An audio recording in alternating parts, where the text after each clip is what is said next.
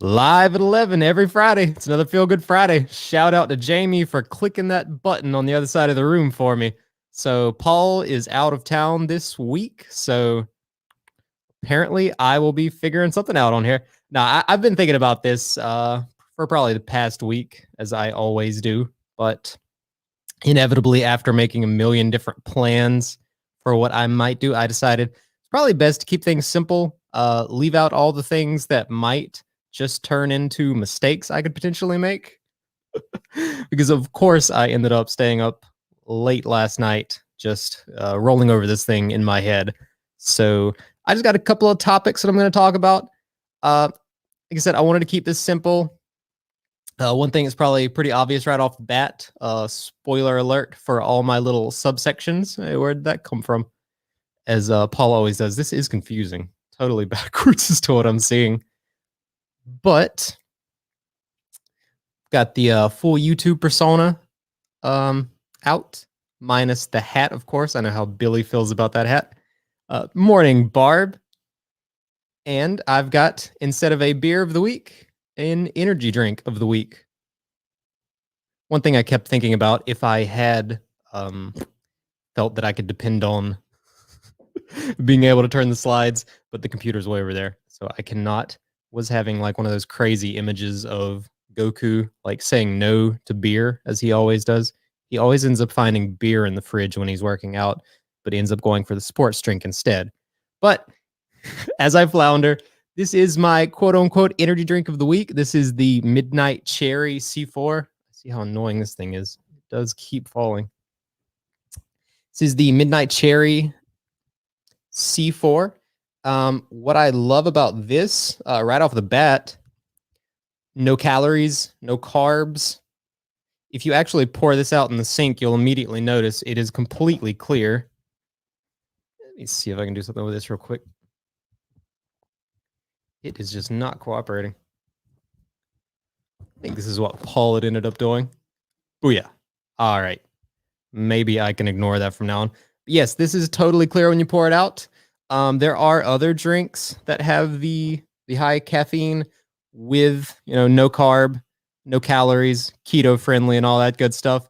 But with other examples of that, such as the Bang, they have like 300 milligrams of caffeine, which is just way too much for me. I get jittery as heck and I cannot think straight. This is about 200 milligrams of caffeine.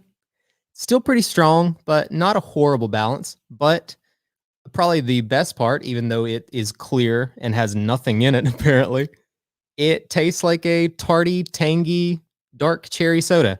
And as much as I was looking forward to popping the top on stream, I really needed this morning. So say no to beer, say yes to caffeine, but not too much, in moderation, just as with anything else. Hey, what's up, Felipe? I was just trying to figure out if I could actually pull these up from this laptop, and I can. Although we cannot pull up emojis in some cases. I'm not sure why. Anyway, I guess I'm going to go out of the energy drink of the week into just what I've been doing lately. And I've probably spent the past week, honestly, just cleaning, going into a crazy OCD mode. Some combination of the OCD mode and unleashing my inner Jordan Peterson again, clean up my room and all that good stuff. I find, especially given that I have this sort of hybrid of a bedroom and studio, which has just turned into a total monstrosity. I think of that George Carlin bit a lot. A house is just a place for your stuff, right? You need a bigger house so you can get more stuff. Well, I wouldn't consider myself a hoarder, but I do have a horrible habit primarily of saving like product boxes. I always buy a new keyboard or a new microphone or the like, and then I hold on to the box and I say, what if something goes wrong? I'll hold on to this for 6 months, wear out the warranty or whatever's standard and comes with it.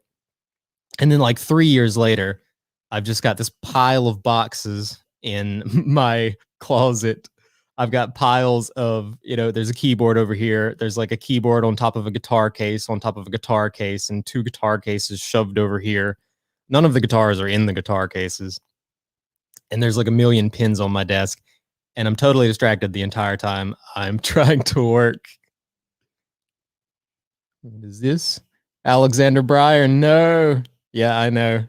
No, oh, no cap. Good one. That took me a second. Yeah, actually, funny enough, this is something I was going to mention earlier. My list of a million ideas. The not the hat, but the glasses. This is a funny thing. I think a lot of people don't know.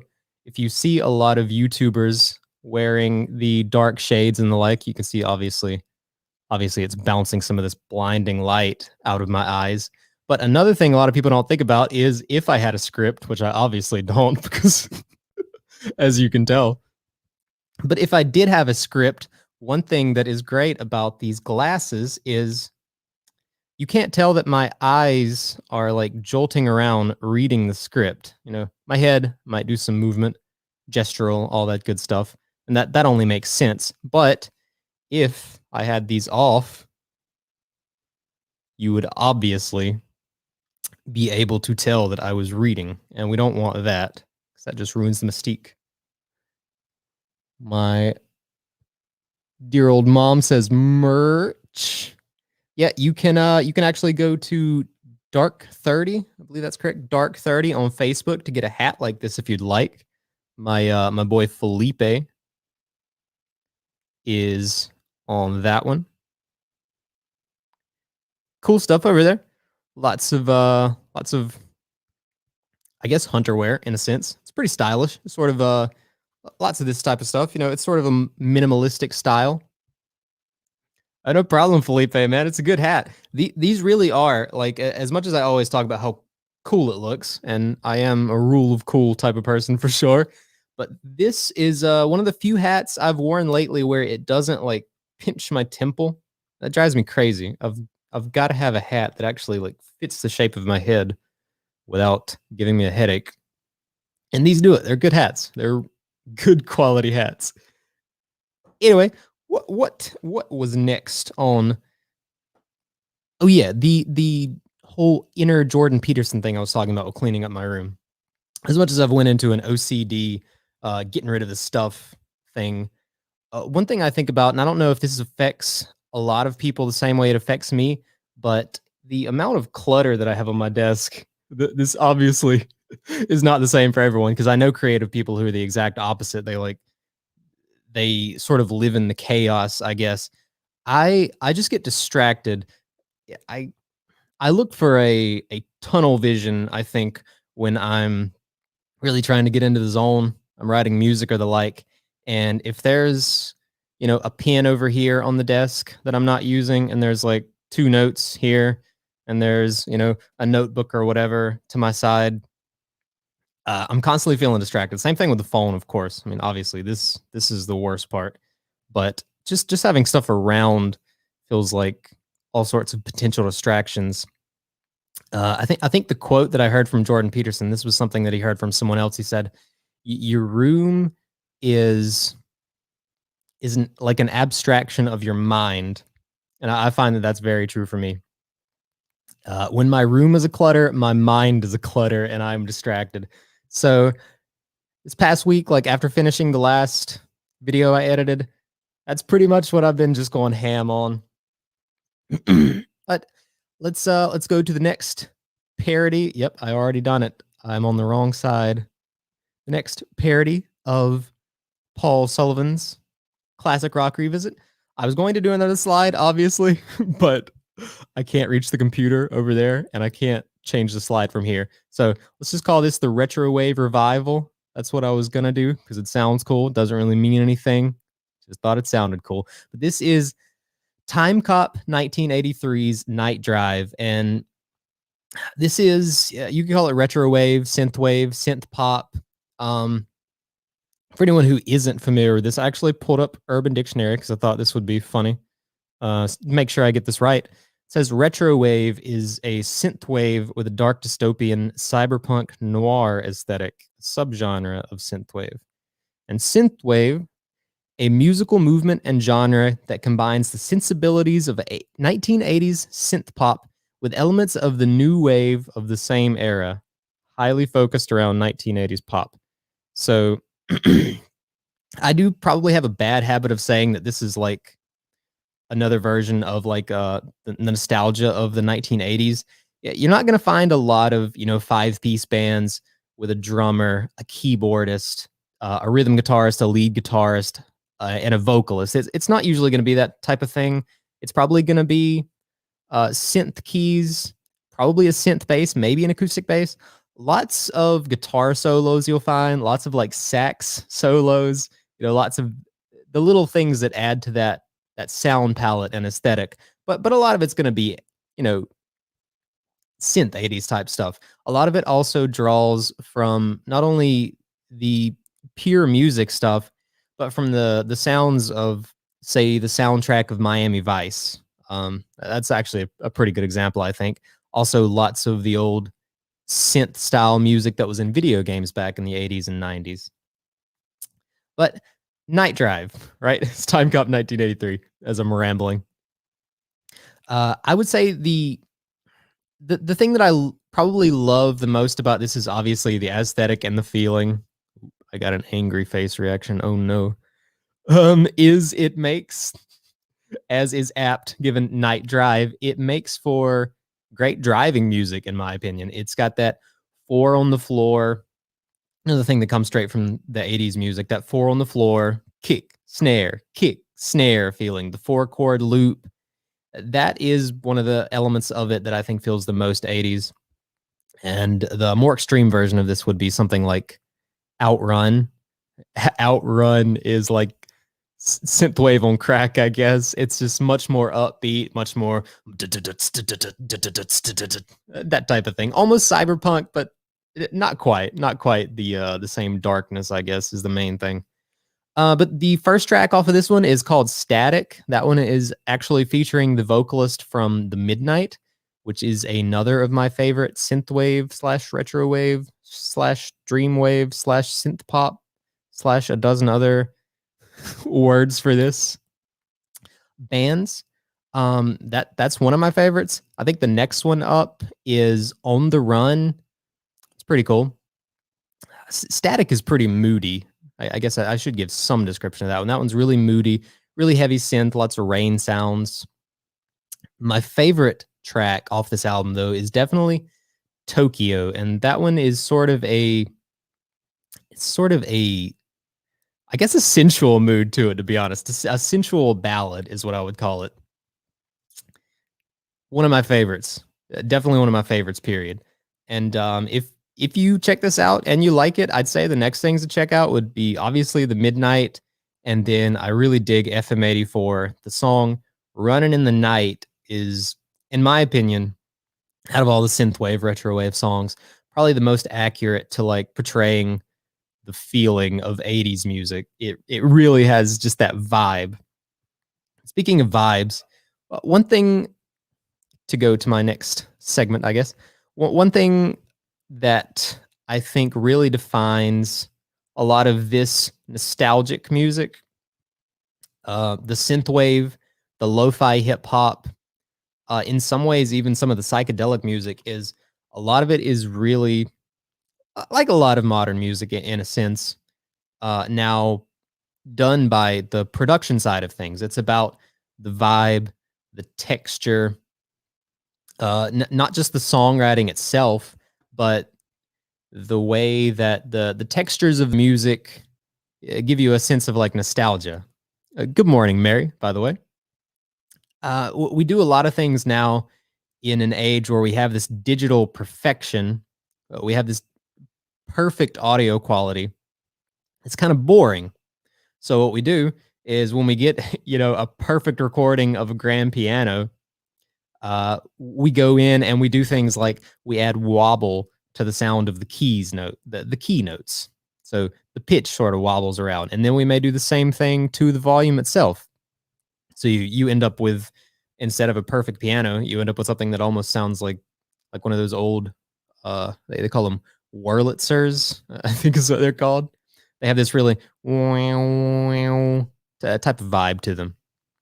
And then to sort of replicate the sound of music that was actually physically cut on tape, because you could hear the cuts in the music sometimes, we'll add all sorts of tape and cassette effects that add these random chops and the sound of dust and distortion.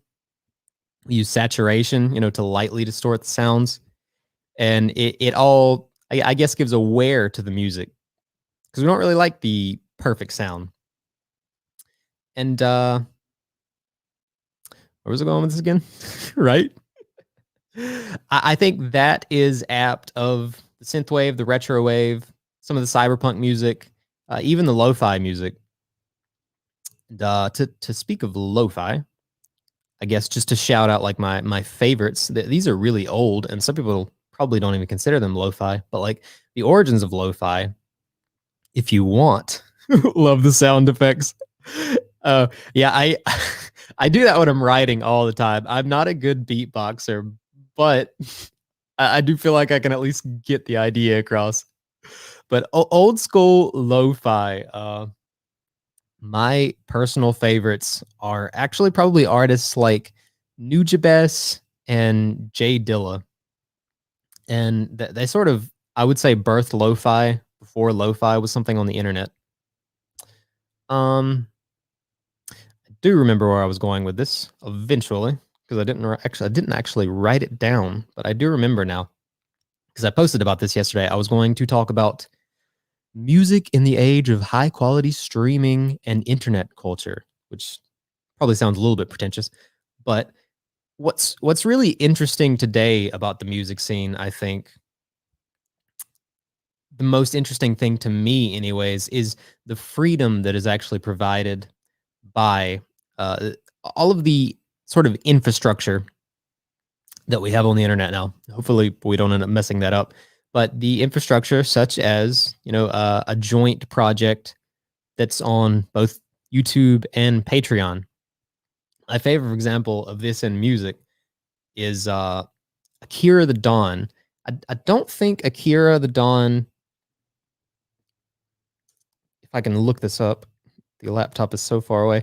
I'd like to actually find the sub numbers. Not that it's that important, but it's important to the point that I'm trying to make. Yeah, not even 100,000 subscribers. And that's what I was thinking. He's been going for a couple of years and he has just under 68,000. And that's nothing crazy. He's no PewDiePie. I mean, he doesn't even have the level of subscribers a lot of these like free, what do they call them? Free type beat producers who just make like Post Malone type beats.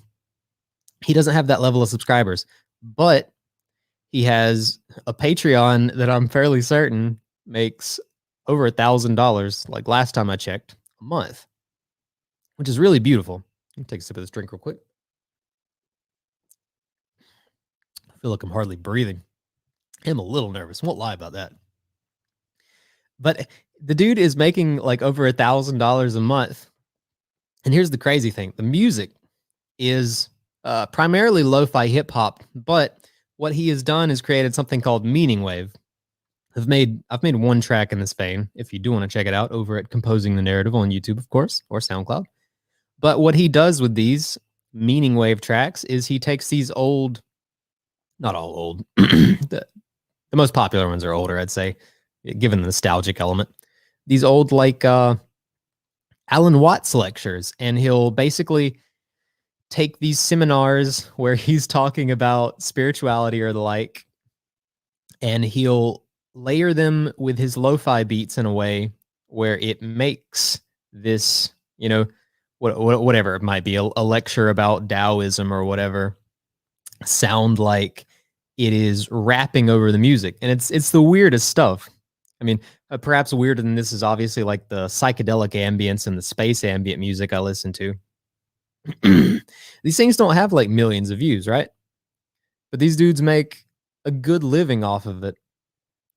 And I think it is primarily because with the internet infrastructure we have today, you can really carve out your own niche. You can find your, 1,000 cult followers and if you find those people, you can do essentially exactly what you want to, as weird as it may be. He's actually went on to recently make the Dune Wave tracks, which instead of being just like a hour-long lo-fi hip-hop meaning wave type of EP or album, they're actually like full-on musical audiobooks. And once again, these don't have a million views, but he's making enough money that he can do this, he can DJ, he can really live the lifestyle that he wants to, which is really, really awesome.